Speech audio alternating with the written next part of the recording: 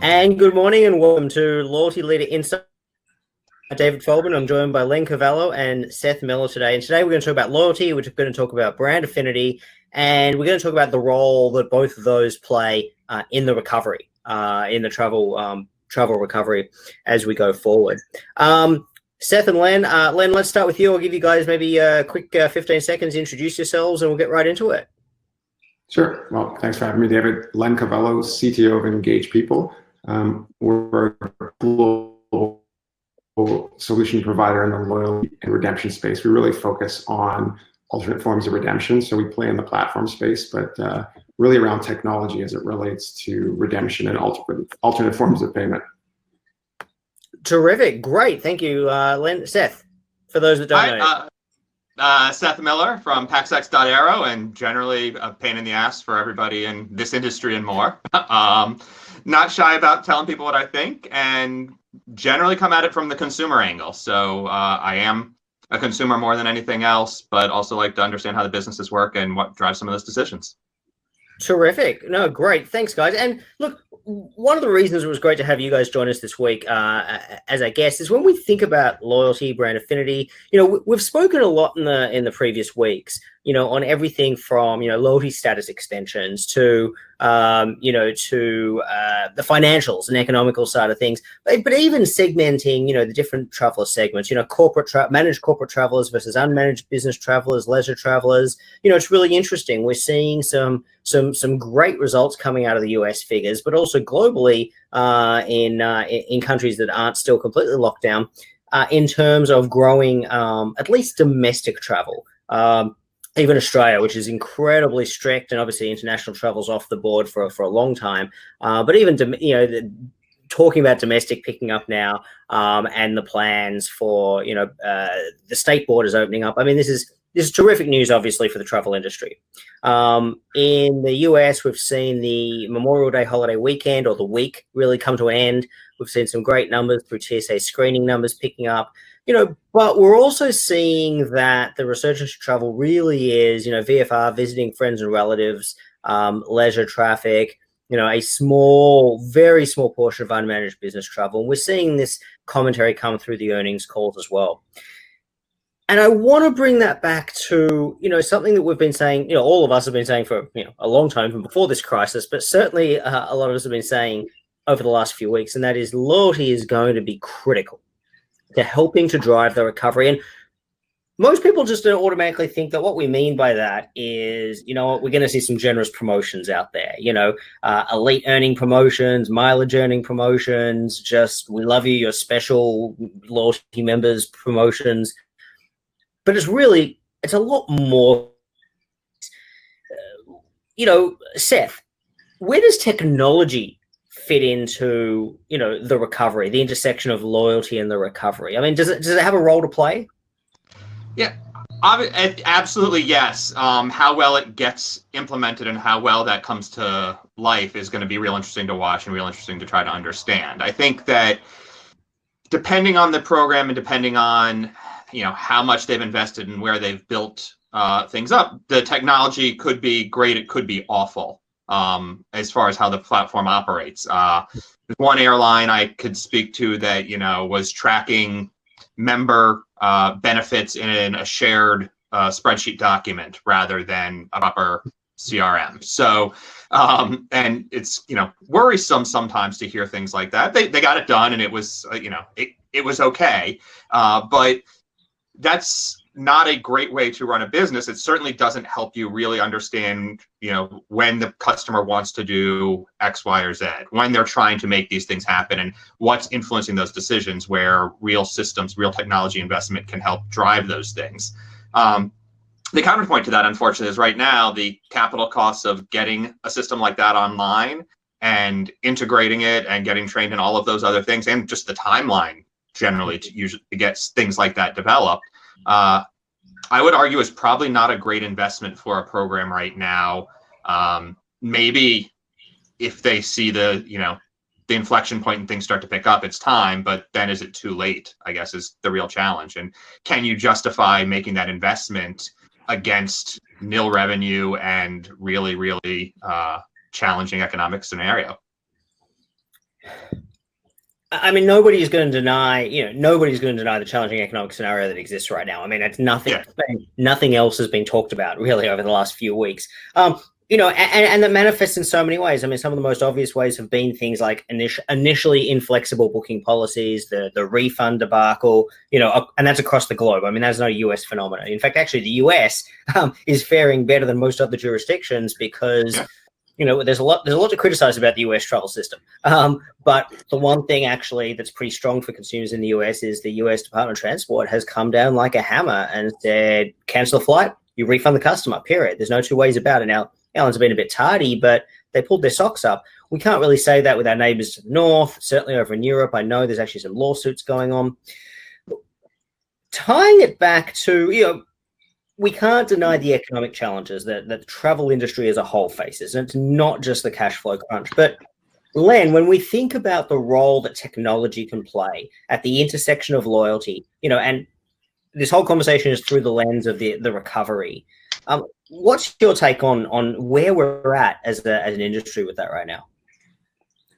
So I think Seth touched on some great things around the investment that can be made. I think there's an opportunity now for organizations. I'm going to say people have a bit more patience as it relates to testing and learning right now. They're not as critical of things. Life isn't as fast paced as it used to be, especially with the business travel. So to see not just promotions, but to see some of these loyalty programs try different methods. We're a little lucky here. I think Air Canada has done a wonderful job of some of the things they've brought in to keep their customers engaged, knowing that core travel wasn't an option there.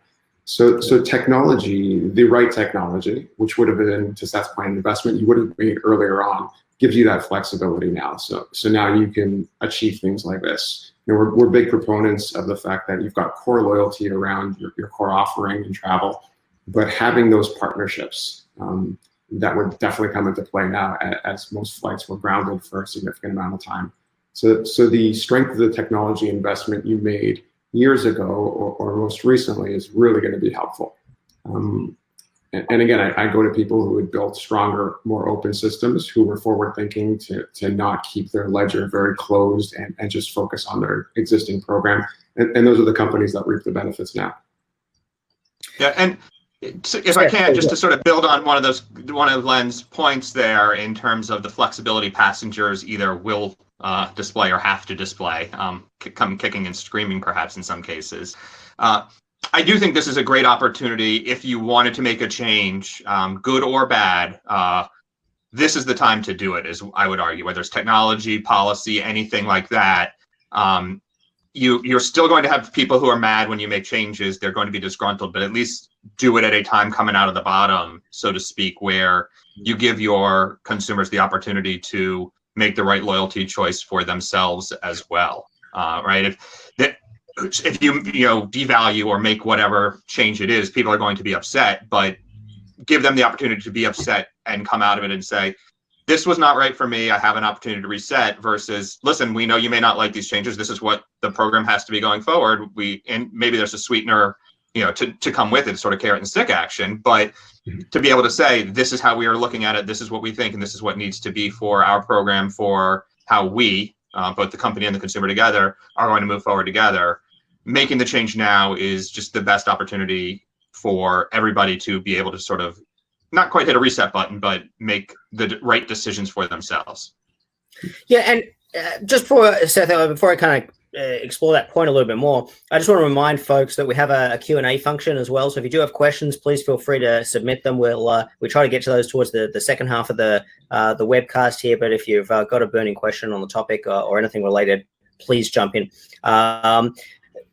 Seth, we talk about changes. I mean, that, the simplistic view of loyalty and the recovery is we're going to see some generous promotions out there to try to stimulate demand, get people who might be sitting on the fence to pull the trigger and make a booking, get back on planes, get back in hotels, but also because 2020 is a reset for everybody. Everybody has, if you've got elite status, your status is extended. If you've got points, they're not expiring. The reality is for everybody, this is a reset. It's a reset about how much time do you want to have on the road, be away from family, how big the corporate travel budget is, whether your clients, even want you to come and visit them face to face.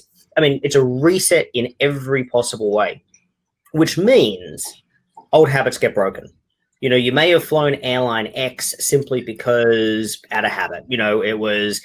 It flew to the city where your client was, or your office was, or your grandma was, and all of a sudden now, you know what? Maybe actually that reason that I initially started flying with them, or that hotel chain I stayed in, everything's back up for grabs.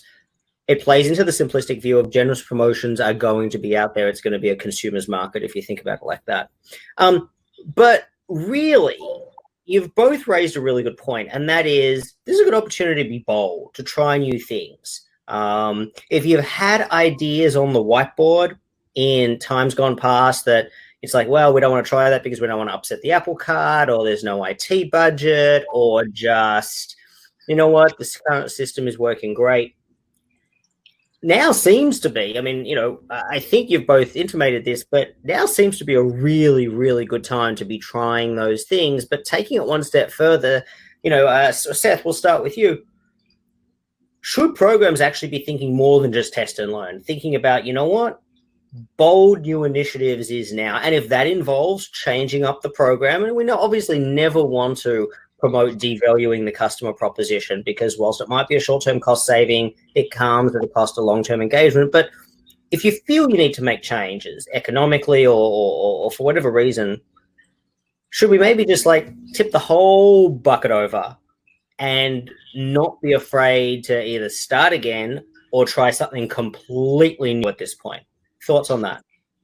I'd say the apple cart's already been dumped over at this point. There's very little left inside. So I think the opportunity to do that definitely exists right now.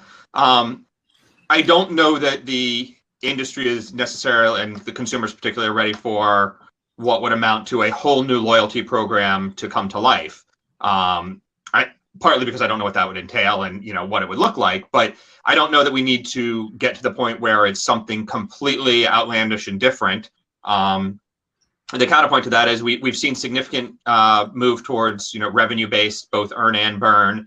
And while as a consumer I'm generally not a fan of that, I could understand some programs deciding to move further in that direction at this point, and saying, you know what, that's the new normal. This is the way we have to be.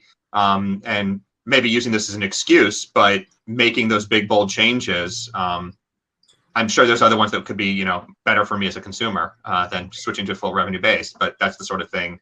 Now is the time. I really do believe that. If you're going to do it, make the change while everybody can have their opportunity to decide if it's right for them easily. Yeah, I think that is a fair approach. Firstly, there's a couple of interesting points. In the US, revenue-based has been a euphemism for devaluation. Elsewhere in the world, we've got, and actually, maybe JetBlue is a good example of this in the US, but also elsewhere in the world, we've got great examples of some revenue-based programs. They weren't devaluations. They were just a different method of accrual or a different method of calculating redemption, and it works fine. The key point is it doesn't really matter which method or third method or otherwise that you choose. As long as it represents perceived value for the member, your members will be interested in the program. Your members will be interested in accruing your currency. So, in the US, though, absolutely, it has generally been a euphemism for devaluation. But as you say, if the apple cart is already tipped over, you know what? And you need to rewrite it from the beginning, rewrite it now. But you're right, because it's a reset for everybody, the consumer and the member, the average member, has an opportunity to actually evaluate your new proposition on face value. And guess what? If they're not interested, if you get it wrong, they're not interested, it doesn't work for you. But if you get it right, you could clean up. Len, thoughts on that? And thinking about, again, I want to stick with this technology aspect for a moment here as well, or this technology angle. How, if a loyalty program is thinking about this, acknowledging the apple cart is tipped over, as Seth says, we want to try bold new things, what could program managers be thinking about in terms of technology that maybe they weren't thinking about 5 or 10 years ago because it wasn't mature or it wasn't available to help them to evolve their loyalty program and take it into the new decade? Sure. So I'll unpack that a bit, get to the technology piece, but I wholeheartedly agree, and I'm not risk averse. So I sit there and say, when you have this opportunity, take advantage of it. There's an opportunity, or do some really great things and to get things right. And I think that just ties back to the strategy. If you've got smart people in place, you've been engaged with your consumer up until now, you'll know what's meaningful to them, and you can implement things that are really going to reshape how travel loyalty programs have run to date, right?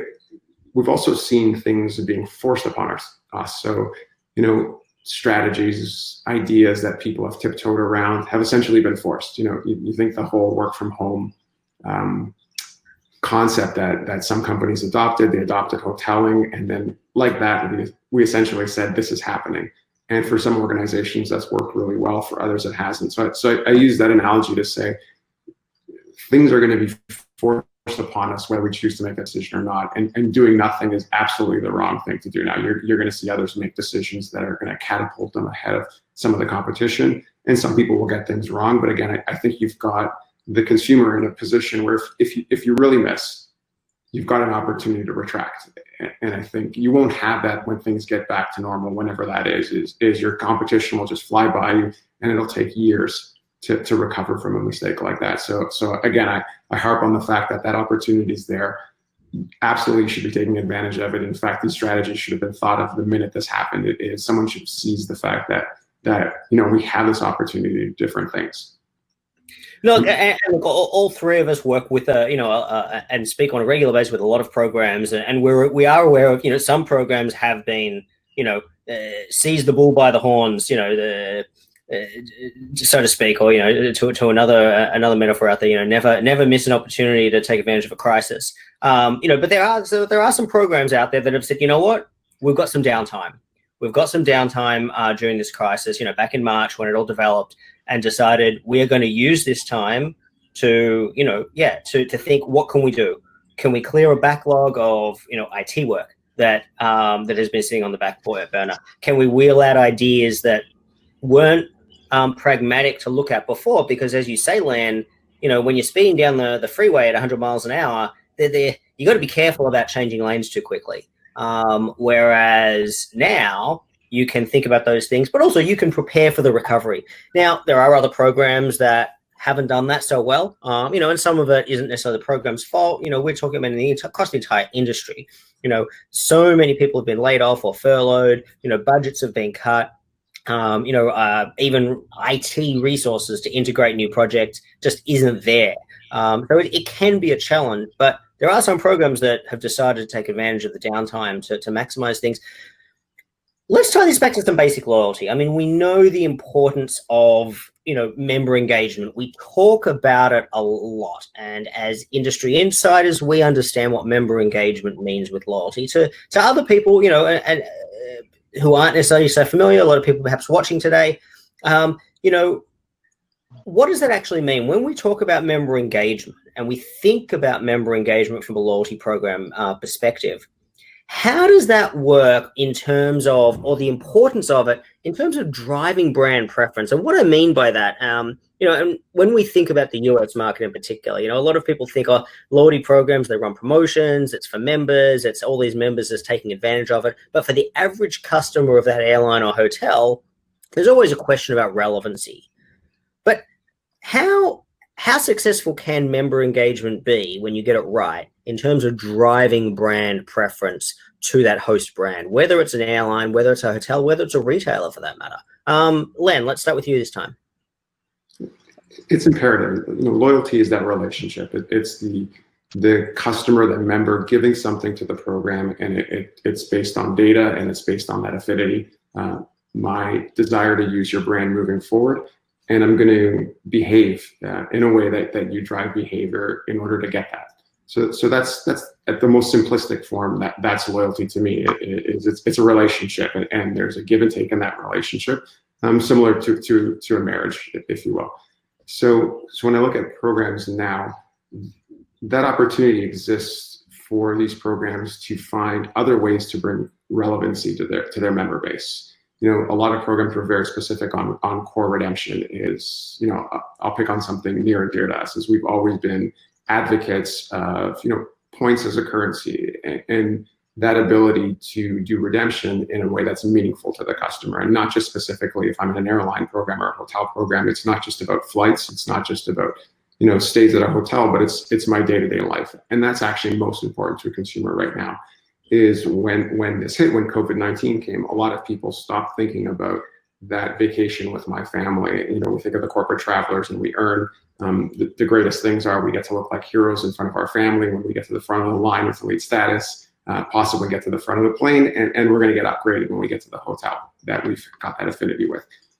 That's effectively gone for most people. Most families aren't thinking that way. Most people aren't thinking that way. So now to keep that affinity with the airlines, I've got specific affinity to airlines and hotels, is what else can we do during that period? So now it becomes, how else do I earn? And that behavior should be something that moves forward once the recovery does come in as well. It shouldn't just be about, I'll continue to stay at this hotel X number of nights to get a free night or to get elite status, so I get that room upgrade. It's that partnership, and we talk about the coalition program, and I say that the coalition as we knew it is gone, but partnerships programs are really important, and those need to increase. And the successful programs are going to look at, if I'm an airline, what's meaningful in someone's day-to-day life, another way that they can earn, and another way that they can burn, and that'll still keep the affinity to me as an airline. I'm still the airline, enabling that relationship amongst other brands. But I really think that's a key place to look right now in maintaining and re-engaging loyalty. Mm-hmm. Seth, thoughts? I absolutely agree with the idea that the sort of the big wins for the business traveler right now have somewhat disappeared, right? The idea of the upgrade, the idea of looking good for the family on vacation, all those things. That's going to return. We're going to have that come back at some point. And so the interim now, whether it's co-brand or other sorts of, stay top of mind, front of mind for spend and behavior is super important. I do wonder what we're going to see over the next 12 to 18 months in terms of real behavioral change. Right now, we're, 3 months into this, if that. I think when the last time you were on an airplane, and count back maybe a little more than that. But this is still so fresh. I think it's maybe premature to say that the behavior has changed completely. And we're going to have some of it come back quickly. Some of it may take a little longer in terms of people getting back out on the road, and also what your users, your members are interested in. And then combine that with the idea of, the bulk of the members are not the elites. They represent a disproportionate value perhaps and a share of spend, but depending on how you're running the math on your program, those random, has the basic co-brand card and still uses you for those 3 nights that they stay in a hotel every year, or the 1 or 2 trips to grandma's house or whatever it is, arguably that pool could be a better value opportunity for the loyalty program, not necessarily for the core business. And so when you start looking at that, coming up with a way to make sure that you stay front of mind for those users becomes really interesting, right? That's a place where elite points might not matter, right? So the 50% bonus on elite status credit, or credit card spend goes towards elite status, things like that. Those aren't people that ever were going to make elite. That's why they bought the credit card. Yeah, they bought low-end credit card. They brought low-end elite status via the credit card. That was their in with your loyalty. So that's what you got to be focused on keeping. So I think there's definitely an opportunity there. And I just feel like that's such a bigger pool to work with that it might be actually a bigger opportunity. Yeah, absolutely. I mean, we've spoken in previous weeks about the importance of what we call we dubbed the infrequent flyer. But again, we could be talking about hotels. We could be talking about retail customers. I mean, it applies across the board. The reality is yes, you have your high spend, most value, most frequent customers, in whatever vertical you're in. But that is the smaller pool, and Scott Kirby's been great over the last number of years in terms of both his time at American and at United in terms of divulging, he'll rattle stats off the top of his head. And we know that roughly speaking, it's about 15% of customers, and they drive about 50% of the revenue, and the other 50% of customers, so the other 87 or 85% of customers, depending on which figure of his that you use, they fly once a year on average to go see grandma or what have you. It is a bigger pool. And if you get a very small amount from each of them, it adds up to a lot. Very quickly, before I move on to the next question, because I really fascinated by the direction the discussion is taking, I do want to do the obligatories, thanking our sponsors. Len, I want to thank Engage for supporting the Loyalty Summit. Thank you so much. And please pass that on to the rest of the team as well. Amia, Adara, Hilton Honors, who's the official hotel and venue partner for Loyalty Summit in the Americas. We'll talk about that a little bit more. Radisson Rewards, who's the official hotel and venue partner for Loyalty Summit in London. And we will have some exciting news coming up on the Loyalty Summit website with regards to the actual physical Loyalty Summit events, which obviously everyone's very excited to be able to get back to when it's safe to do so. As people can. So we are finalizing some details on that, and we'll have more to share. So please stay tuned on loyaltysummit.com, both for details of the physical Loyalty Summit events, but also for links to the replays of these webcasts. Be able to register for next week's webcast. Don't forget, you have to register every week, and we'll be having some more exciting webcasts coming up next week and in the weeks following as well.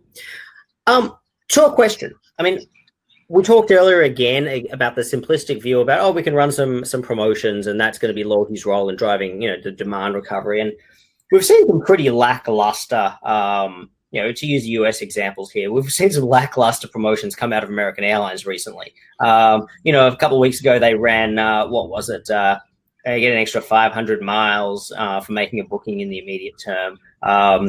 I don't even think people bothered pressing the snooze button on that.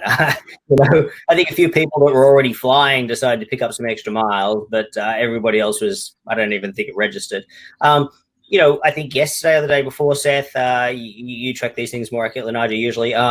They came out with double mile for limited with a cap of like 10,000. A very, very low level cap realistically, but for short-term travel. There's plenty of others. I mean, we shouldn't always pick on American Airlines, but there's just so much material that comes out of them.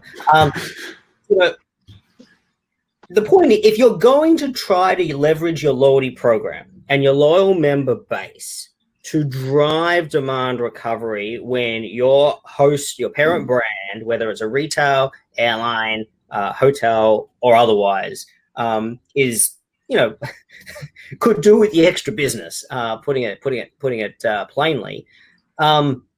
You've got to be a little bit more creative than that. A little bit more. I mean, we talked about bold ideas, but even just if you're talking about coming up with promotions, I mean, what would you guys think? I mean, just off the top of your head, let me pick your brains here right now. From a consumer perspective, what would be the number one promotion an airline loyalty program could run to get folks flying again? And obviously it's a personal decision. Some people feel safe right now. Some people don't quite feel safe yet. But in the coming months, people are going to feel more comfortable getting on a plane.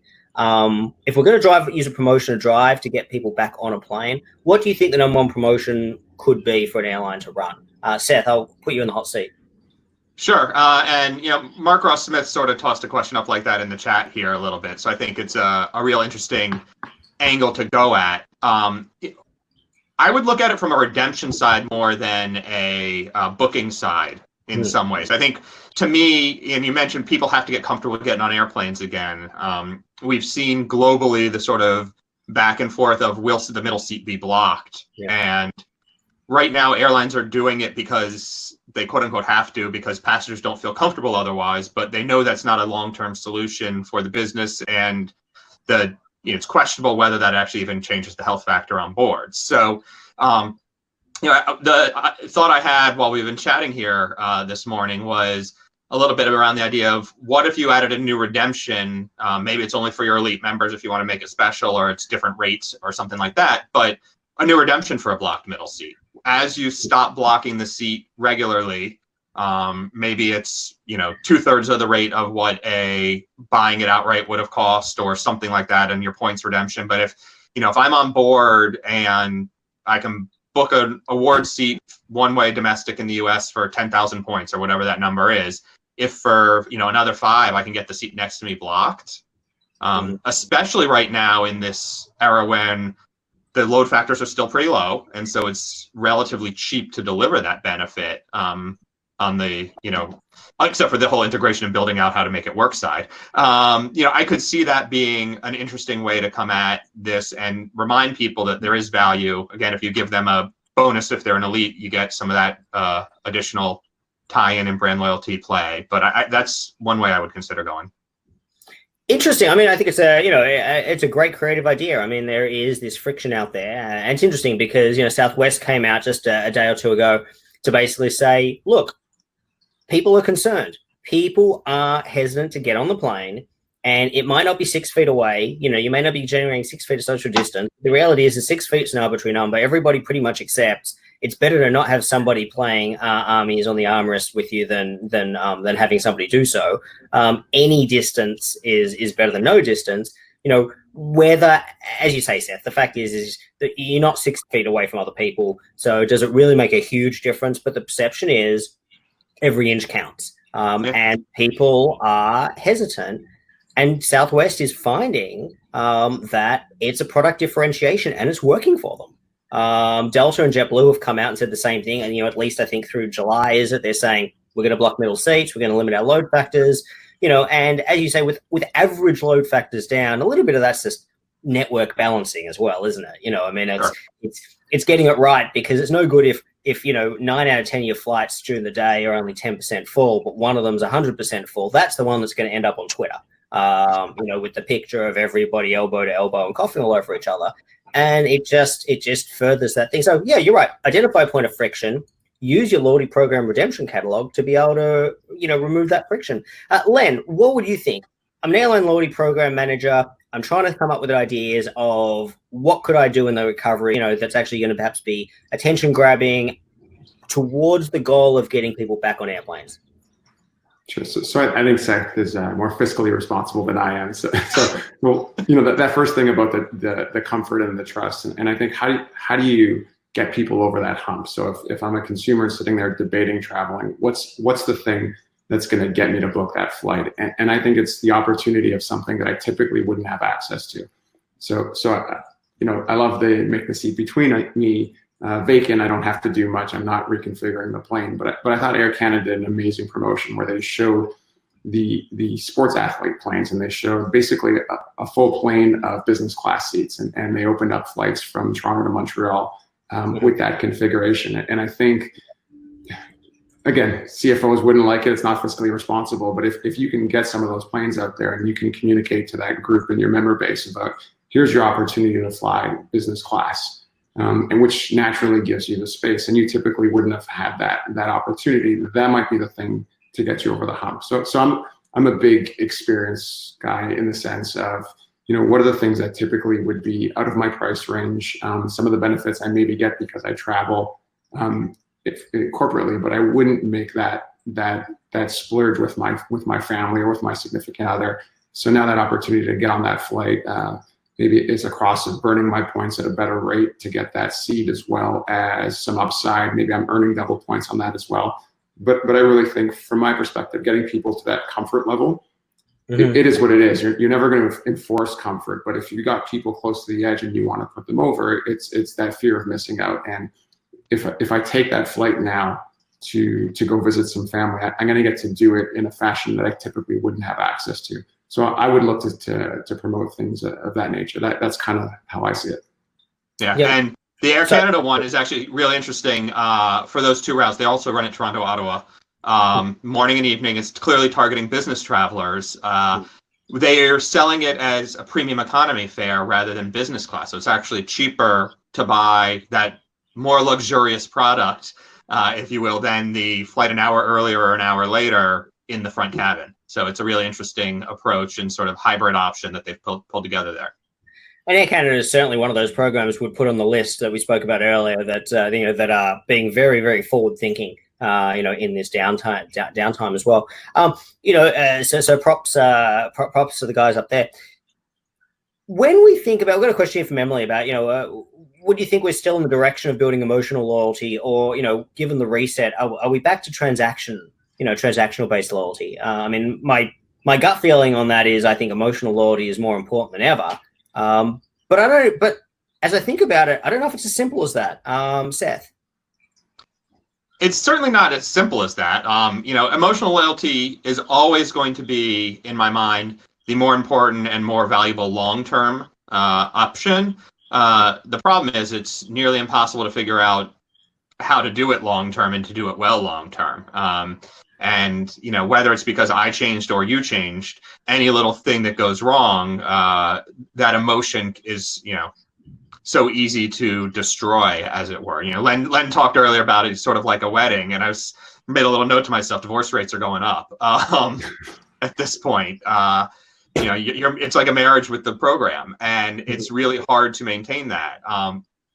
I also am certainly way more focused on numbers and hard data when I make these decisions. I've been more free agent than not for the last several years, bouncing around.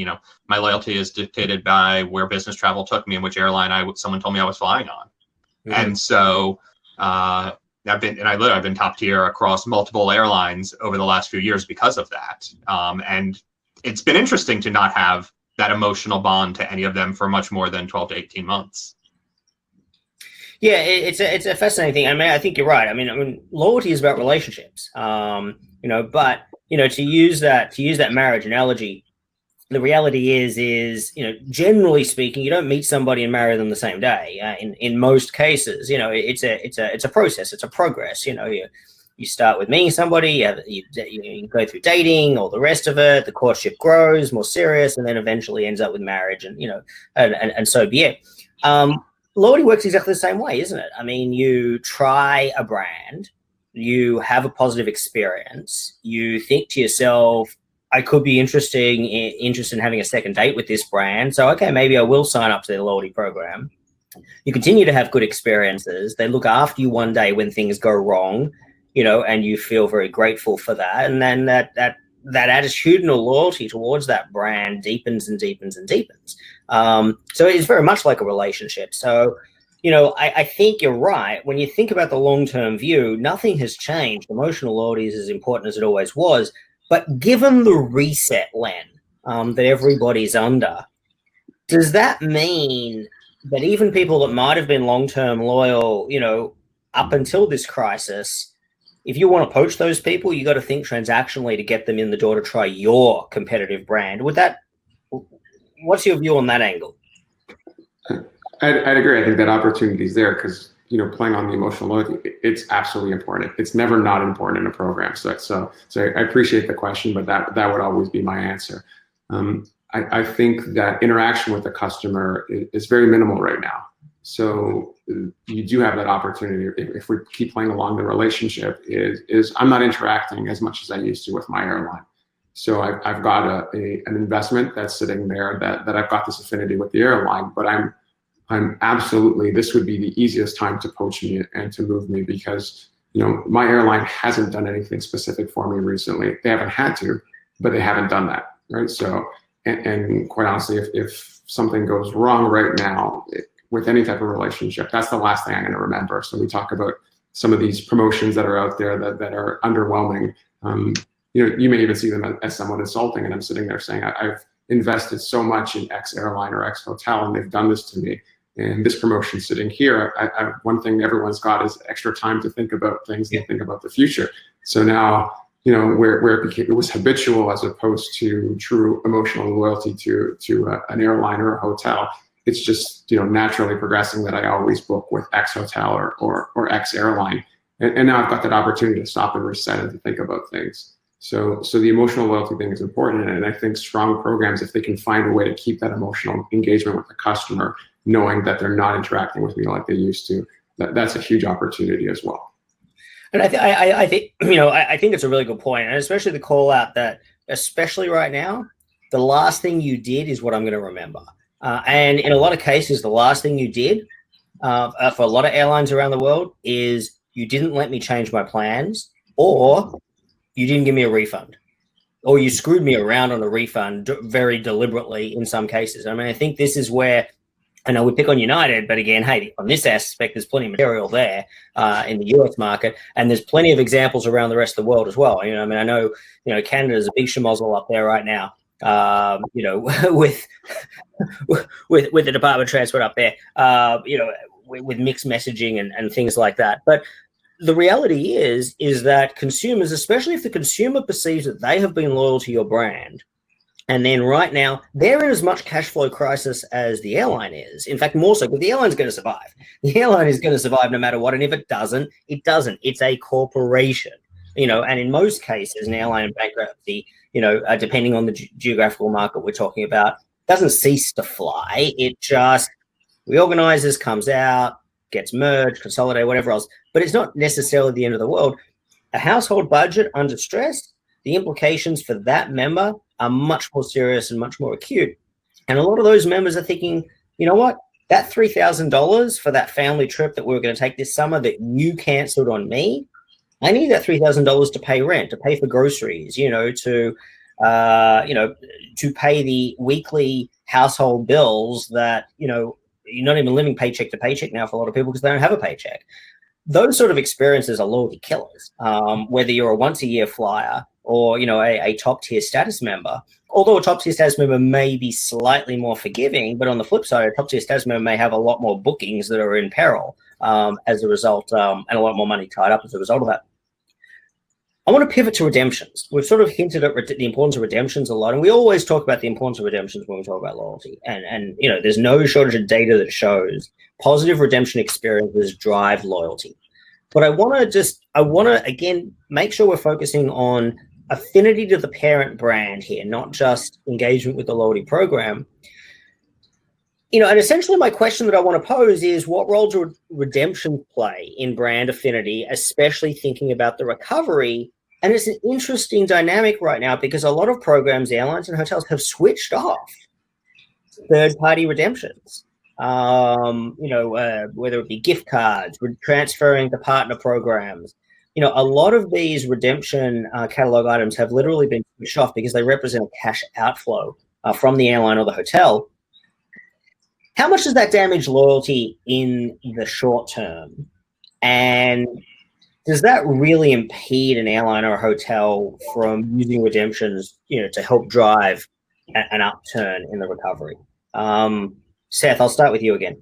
Yeah, I think talking about the what have you done for me lately cuts both ways. It's have you done something good for me or have you done something bad? And especially with the third-party redemptions, maybe you've been saving those points for the trip to grandma's or whatever it was supposed to be for spring break, and that trip never materialized because of the pandemic. And now you're down on your luck and you've got some other things you never would have previously spent on gift cards and whatnot, but you need the cash. And so if you're miles rich and cash poor, those third-party redemptions look a lot better real quickly. And to be told all of a sudden that not only can you not travel because, the global world says we aren't traveling, but that also, okay, fine, I'll use my points for this other thing that I know that the program has always promised me that was, but I want to do it now, to suddenly hear, oh, actually, you can't do that either. Now that's a double whammy, right? I'm really, really frustrated with my program now because I don't have that level of flexibility, and I don't neither get what I want nor what I need, and that's going to be a huge reconsideration and sort of inflection point for me. Yeah, no, I couldn't agree more. I think it's and I appreciate the tight place that a lot of airlines find themselves in. A lot of their attitudes are, look, that's right, and they acknowledge that, but we got to conserve the cash right now, or we won't be around to provide the redemptions, in the future. I'm not sure I buy that 100% in most mature airline cases. Pressure, yes. Not around because of third-party redemptions, I think, is a stretch sometimes, but it all adds up.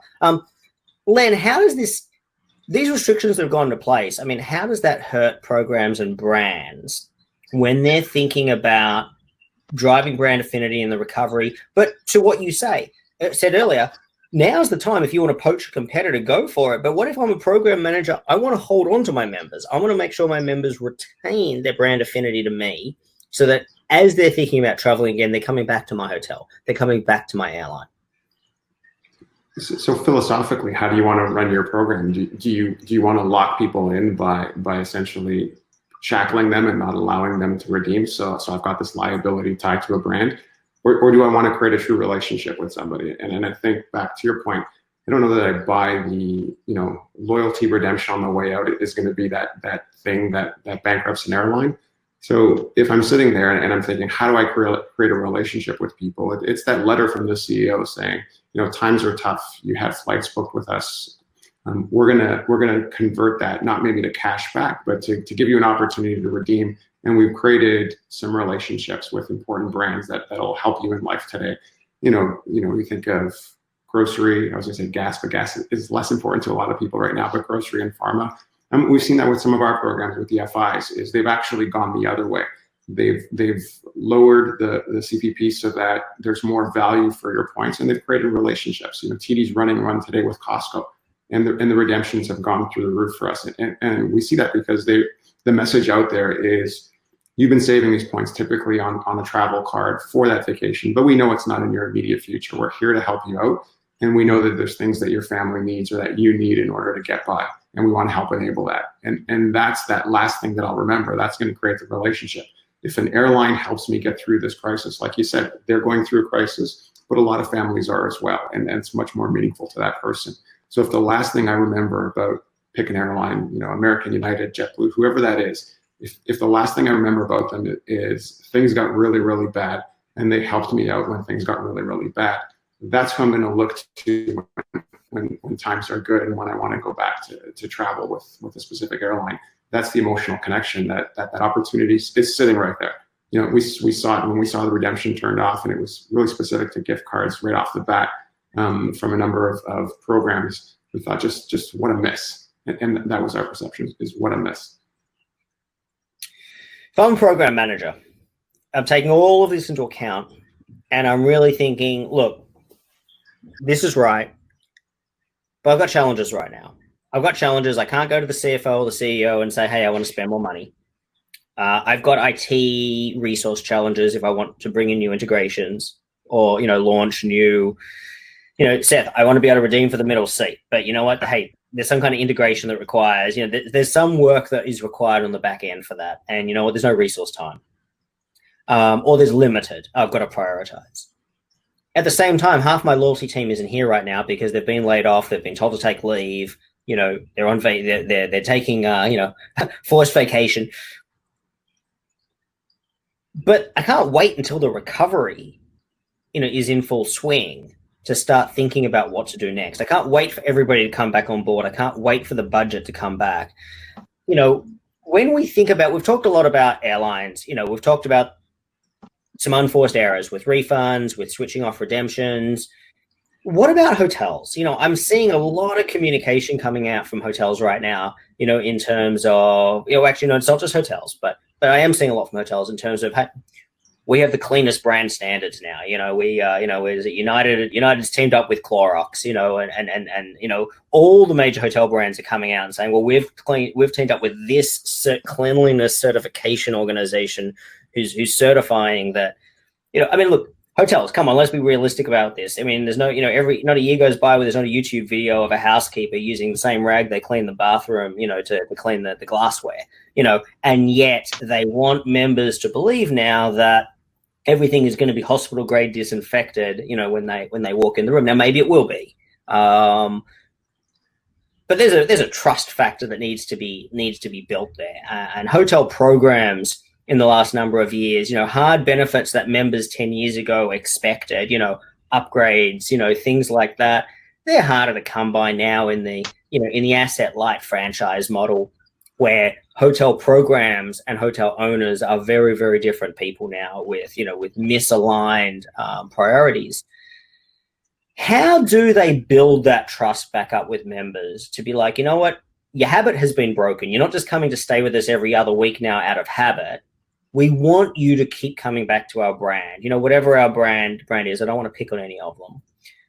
How do you build trust? It's a lot easier to go across the road to stay in a competitive hotel brand than it is necessarily to change airlines. If you live in Atlanta, you fly Delta, right? You're not going to start flying American Airlines, because you live in Delta. When you live in Atlanta, it's just not going to happen. But, if you stay at the Hilton when you land at the airport, wherever city it is, or you stay at the Marriott, or, you stay at the Hyatt, they're all next to each other. How does a hotel program build trust and retain their existing membership base without it being poached? I think it's a tough one. Len? I'm honestly a little stumped on this one because, the cleanliness factor, I have to say, when I think of a hotel, my first reaction to that is, I expected that of you. Maybe not hospital grade cleanliness, but the fact that you're telling me you're really cleaning your rooms, you haven't really brought extra value to me as to what I perceived I should have gotten in the first place. Well, what were you doing? And it's exactly that. And to your point, there's always that video. There's always that shot on Instagram of someone left a note saying, hey, they've been really cleaning this room. If you found this message, I saw one the other day. So top of mind. And that's what I'll remember around the brands. So it really is a difficult one as it relates to the hotels themselves. I think cleanliness is not a miss. I think you definitely need to market that. But that's got to come across with the message as you've always expected from us. We're maintaining such high standards. And you can add that certification to it, pick on the hotel brand and say, we've added this certification, but this is what you've always expected of XY hotel brand. So to me, that's not the place. I'm not sure in the hotels specifically what they can do. I'll probably deflect Seth if you got some ideas on the hotel side. Yeah, I'm really glad Dave chose you first. Because my answer was going to be similarly fumbled through, and you bought me an extra 30 seconds to think there. I agree that, like, what were you doing before? We expected the room to be clean. So what else are you going to do? I would argue that the brand has to very quickly, especially from the loyalty program perspective, move very quickly beyond the hotel is clean. That's a brand problem, not a loyalty problem. And so when you start talking about what it is to the loyalty program and how that message needs to be reshaped, it's not that we're keeping the room clean for you. It's that we're anticipating your other needs, whether it's, for the full service hotels, it can be more about how, different food options are available or for room service or in the restaurants or something like that. I feel like there's a better opportunity to sort of start talking about some of the other things that are in play at the properties and at the brand than just the room is clean, because not only was that sort of always expected, even though we knew it was never happening, that's also now table stakes for anyone who's still open. You have to be able to say our rooms are clean. And so getting past that to not only are our rooms clean, and that's the brand issue, but from a loyalty perspective, we've also got these other, 2 or 3 things that we're really focused on for you, I think is where a hotel program is going to be able to come through. It's interesting. I mean, focusing on hotels for a moment, I mean, I see, very different to airlines, but with hotels, we do see, if we look at Hilton, if we look at Marriott, if we look at Hyatt, there are 3 brands there that decided very deliberately, in recent overhauls, to lead with the loyalty program. Marriott Bonvoy is out front, Hilton Honors is out front, World of Hyatt is out front. It's almost that the hotel brand is secondary, which sometimes makes sense. I mean, Arnie Sorensen at Marriott explained it quite simply. We've got so many darn brands, you're never going to remember them all, but you can remember Marriott Bonvoy. And if that's the glue that holds the rest together, great. You look for Marriott Bonvoy, you'll find one of our brands. Otherwise you're not going to remember them all. And that makes a lot of sense. Now, some other hotels are still leading with the brand and the program is an add-on. And there are pros and cons in both strategic approaches. But if we think about kind of the zeitgeist over the last few years, and I know we've talked about in previous weeks, there's been this move towards, the only people we care about really rewarding are our top spending customers. But Seth, you brought it up earlier. The reality is the bulk of our members and the bulk of our customers are not our top spending customers. That pool is so much larger. And we have a situation now. Household budgets are under stress. People, their family vacations over summer have been ruined. They might have been looking forward to them for years, and they're not happening now.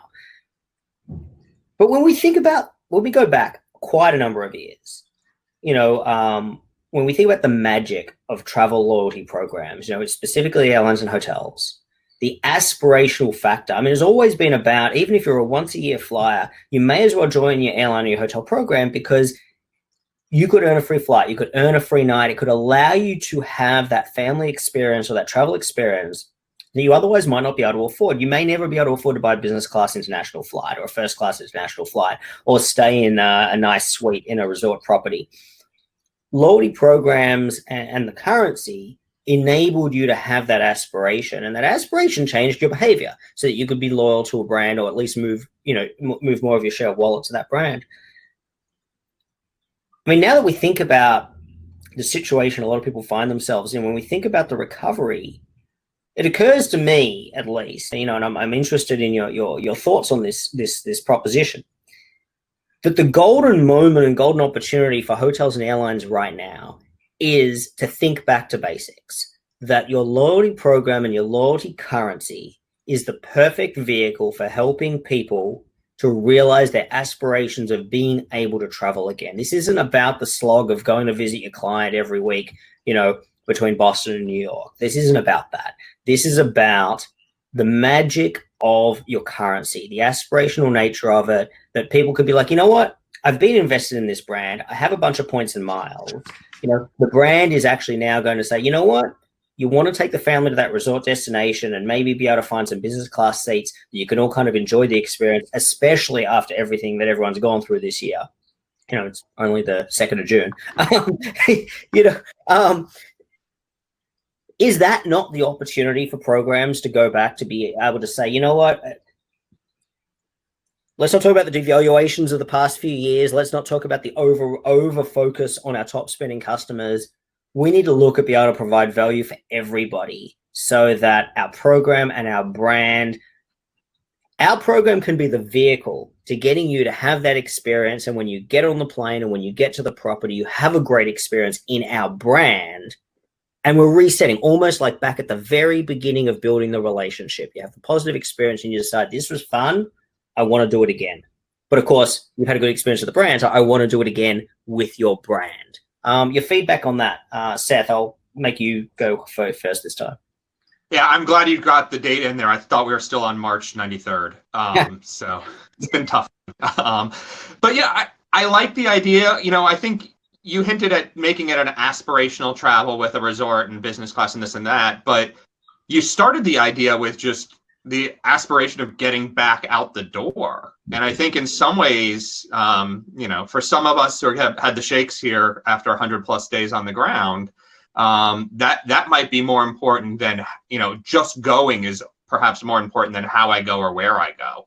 And so, enabling that and making it clear that as a brand, as a program, you have the ability to enable that, again, when the customer's ready, when they are, finally feel comfortable and safe in how they do it. But wherever you want to go, however you want to do it, we have options available that fit your needs, is arguably far more important to me right now than, just running, a premium cabin sale or something like that with the points, or, for a resort property.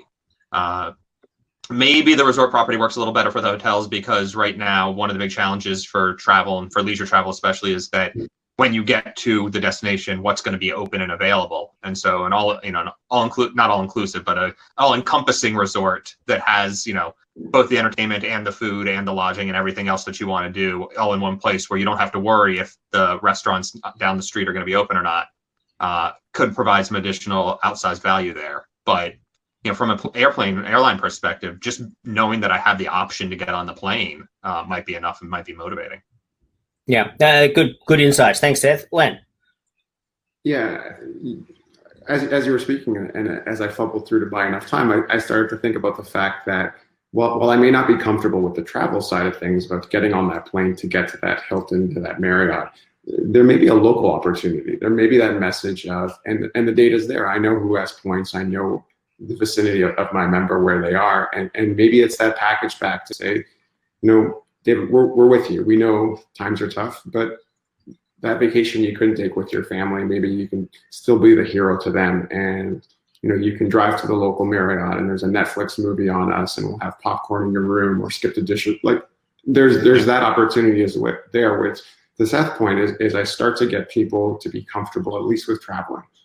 And I know what my occupancy rates are. I know what facilities are open or not, and I can be smart around the fact to say, we've reserved the pool at X time, and we clean our pool every second hour. And I'm not an expert at this stuff, but I know that there can be a way to do things like this, or to use facilities that will typically be occupied but are now available just with the occupancy rate so low, to introduce people to those things. And again, that's that aspirational side of, I never would have upgraded to a higher floor room, and the fact that that room service cart brought in coffee, milk and cookies, whatever it is that's specific to me, creates that emotional engagement back with the brand.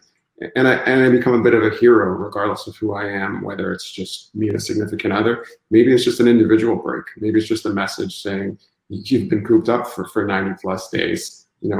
Get out, get a movie on us, have dinner delivered to your room, take a shower, and leave. And that's exciting enough for some people who haven't been able to leave their condo. Yeah, the idea of not having to load the dishwasher again tonight is pretty appealing to me. And we have a dishwasher. It's not even that I have to do it by hand. The small wins. Hey, Seth. Yeah. You talk about trying to find that win and find who you can be a hero to. I mean, my wife and I have a tradition of traveling for our anniversary, which is coming up in just a few weeks. And we were joking the other day, are we going to take our trip this year to the front porch or the back porch? And if the answer is we drive an hour or two somewhere nearby and find somewhere that we truly can, go out to dinner and, know that the hotel restaurant is blocked, half the seats, and so there's not going to be anyone nearby, and know that the rooms are clean, and know that, we can grab, the cart shows up with milk and cookies or a bottle of champagne or whatever it is that we wanted. All of those things, can be pretty compelling. Yeah, no, I think that really is an important thing. And if I can tie it off as we finish up in our last minute or two here, is that it seems to me a good theme that's come out today that program managers can take away from the conversation is it doesn't have to be the big ticket items now. It can be, expectations are lower, but it is about the relationship. And if you can show that you care, if you can reinforce that your program is still interested in having a relationship with your members and can provide something of value to them in the moment. And that might be the quick wins as opposed to I need to save up another 24 months for that aspirational trip. But right now what I need is to get out of the house. Right now what I need is a treat for the family because everybody is at the end of the row. Those are things I think that the program managers can take away and look at the program and go, you know what, maybe these don't need big IT investments. Maybe I don't need to go cap in hand to the CFO. Maybe I can go back to basics a little bit, but I can connect with members, to remind them that what has been a preferred brand for them prior till now can still be a preferred brand for them going forward because the brand still cares about having a relationship with them. And I think that seems to be the theme that's come out today. If I was a program manager today, that is the message I'd be taking away. I want to remind everybody, please follow Loyalty Summit on LinkedIn. That's where you can keep track of our future webcasts. You can register for next week or the week after or what have you. Also, our YouTube page, Loyalty Summit YouTube page, you can watch the replays of our webcasts, including today. And if you gentlemen don't mind, we have some follow-up questions. Perhaps we can take offline afterwards, and we'll put them up on Travel Data Daily, our media partner as well. For kind of the follow-up conversation as well. Thank you, Seth and Len, for joining this week. I hope you'll both accept an invitation to come back, down the track as well. I'd love to explore some of these conversations a bit more with you, and also hope, obviously, we'll see you at the physical Loyalty Summits. Please stay tuned on loyaltysummit.com. We'll have some news on those very shortly as well. Thanks again for joining. Enjoy the rest of your day. Seth, get back to the dishes. Thanks, David. Thanks, guys. We'll catch you next time. Take care. Bye now.